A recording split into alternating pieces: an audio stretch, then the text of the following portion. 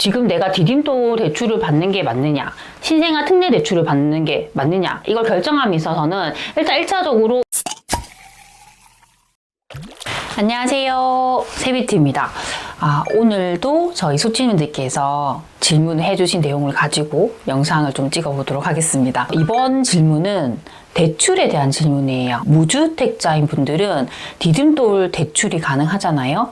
그런데 내년부터 신생아 특례 대출이라는 게 생깁니다. 이제 그게 생기니까 내가 지금 디딤돌 대출을 받는 게 맞을지, 아니면 조금 더 기다렸다가 신생아 특례 대출을 받는 게 맞을지 고민하시더라고요. 그래서 이 부분에 대해서 좀 말씀드리도록 하겠습니다. 우선 이분이 질문하신 내용을 한번 읽어드리도록 하겠습니다. 내년에 출산 예정입니다. 디딤돌 대출이 나온지, 신설되는 신생아 특례 대출이 나온지, 이런 대출에 대해서는 일단은 가장 중요한 게 뭐냐면요. 일단 내가 그 대출을 알아봐야 됩니다. 그 대출마다, 상품마다 조건이 다 다를 수 있습니다. 우선 첫 번째로 무주택자인 분들이 가장 많이 선택하는 대출이 디딤돌 대출입니다. 디딤돌.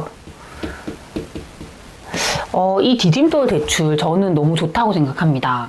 그런데 우리가 어떤 것이든 간에 100% 나에게 좋은 건 없어요.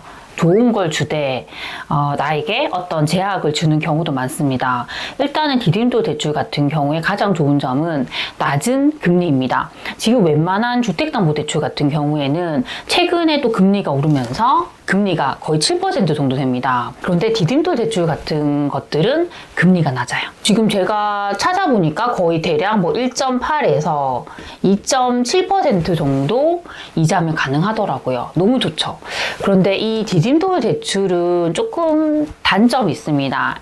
일단 첫 번째 단점이 뭐냐면 한도가 좀 낮아요. 이 한도가 최대한 2.8억, 2.5억 정도입니다. 보통 2.5억인데요. 신혼부부 같은 경우는 최대 한도로 2.8억 정도까지 받을 수 있습니다. 그래서 만약에 이분께서 한 4억 정도의 집을 산다 했을 때는 여기서 2.8억 정도 대출을 받으면 내 돈이 1.2억, 1억 2천만 원 정도 있으면 가능한 겁니다. 그런데 이 4억 정도의 집이요. 만약에 이분이 서울 수도권을 사신다 하면 그렇게 괜찮은 집을 살 수가 없죠. 그래서 또 고민이실 겁니다. 그리고 이 디딤돌 대출은요, 또 제약이 있습니다. 1년 실거주 의무가 있어요. 무조건 1년 동안은 그 집에 들어가서 살아야 됩니다. 그래서 이런 사항들을 일단 먼저 확인하시면 좋고요. 제가 여기서 팁을 하나 드릴게요. 우리가 이런 대출 같은 것들 잘 알아보려면 여러 가지 사이트가 있긴 하지만 뱅크 샐러드, 제가 여기 플랫폼이랑 아무 관계가 없습니다. 이런 데는 잘 정리가 되어 있더라고요. 그래서 일단 중요한 건 내가 만약에 디딤돌 대출을 받으면 나는 어떤 장점이 있고 어떤 단점이 있지, 이런 것들을 잘 살펴보셨으면 좋겠습니다. 그리고 이런 디딤돌 대출 같은 경우는 주택도시보증공사, 여기 홈페이지에 가셔도 잘 안내가 돼 있어요. 그래서 일단 여기 가서 설명도 읽어보시고 신청을 하시면 됩니다. 요 두 번째 대출, 아까 잠깐 말씀드렸던 신생아 특례 대출은요, 많은 분들, 특히 신혼부부인 분들이 지금 관심이 되게 많아요. 신생아 특례 대출. 이게 내년에 이제 시행인데요. 이제 신문기사 같은 것들의 대략적인 안이 지금 나오고 있습니다. 일단 중요한 건 조건인데요. 2년 이내에 신생아를 출생을 해야 돼요. 신생아를. 출생한 신혼부부가 받을 수 있습니다. 그러니까 아이를 낳아야 되는 거죠. 그러니까 우리가 이런 생각해야 돼요. 이 대출을 왜 하는 걸까? 지금 계속 인구가 감소하고 신혼부부들 같은 경우에도 자녀를 낳지 않고 사는 경우가 많잖아요. 장려하는 차원에서 이 대출을 하는구나 라고 아셔야 됩니다. 그런데 이 대출도 되게 장점이 뭐냐면 금리입니다. 이 대출을 5년 동안 1.6에서 한 3.3% 정도의 이제 금리로 대출을 해준다고 합니다. 그런데 이게 아까 말씀드렸던 디딤돌 대출이랑 다른 점이 있어요. 한도가 훨씬 높아요.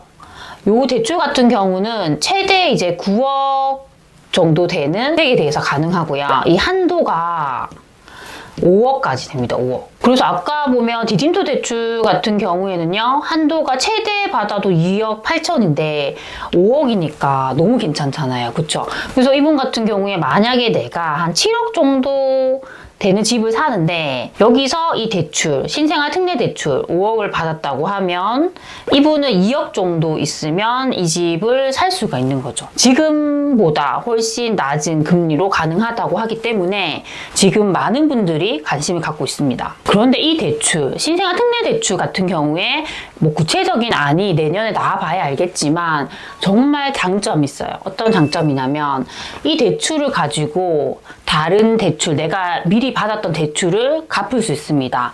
대환을 할 수 있어요. 그래서 만약에 나는 디딤도 대출을 먼저 받았다고 하면 이 대출을 가지고 상환할 수 있고요. 나는 전세 대출을 받았다고 하면 전세 대출을 상환할 수 있습니다. 이 디딤도 대출뿐만 아니라 일반 우리가 보통 받는 그런 주담대 대출 같은 경우에도요. 요 대출로 상환할 수 있습니다. 저는 이 부분이 되게 장점이라고 생각하고요. 지금 사연을 얘기해 주셨던 분 같은 경우도 이렇게 해결하면 좋을 것 같아요. 어떻게 해결하냐면 만약에 이분이 이 신생아 특례 보금자료 대출에 해당이 되긴 하잖아요. 근데 나는 이때까지 기다리기가 힘들어. 아니면 나는 디딤도 대출로 했을 때 금리가 더 낮기 때문에 요걸 하겠어. 그리고 내가 지금 살려는 집이 나는 한 2억, 최대한 2억 5천에서 2억 8천 정도만 대출을 받으면 돼. 라고 했을 때는 디딤도 대출을 먼저 받으셔도 돼요. 그렇게 해서 대출을 실행하다가 신생아 특례 대출을 또 받아서 대환할 수도 있습니다. 그렇게 할 수도 있고요. 두 번째 방법은 나는 내가 지금 살려고 하는 집이 일단은 대출이 좀 더 있어야 돼. 그러니까 디딤돌로 했을 때는 2억 8천까지만 되잖아요. 나는 거의 뭐 3억 이상 필요해, 4억 이상 필요해 라고 했을 때는 당연히 신생아 특례 대출로 가셔야 됩니다. 그래서 요 요건 2년 이내에 내가 아이를 낳을 수 있는 라는 그 요건에 해당이 된다고 하면 저는 당연히 조금 더 기다렸다가 이 신생아 특례 대출로 가셔야 된다고 생각합니다.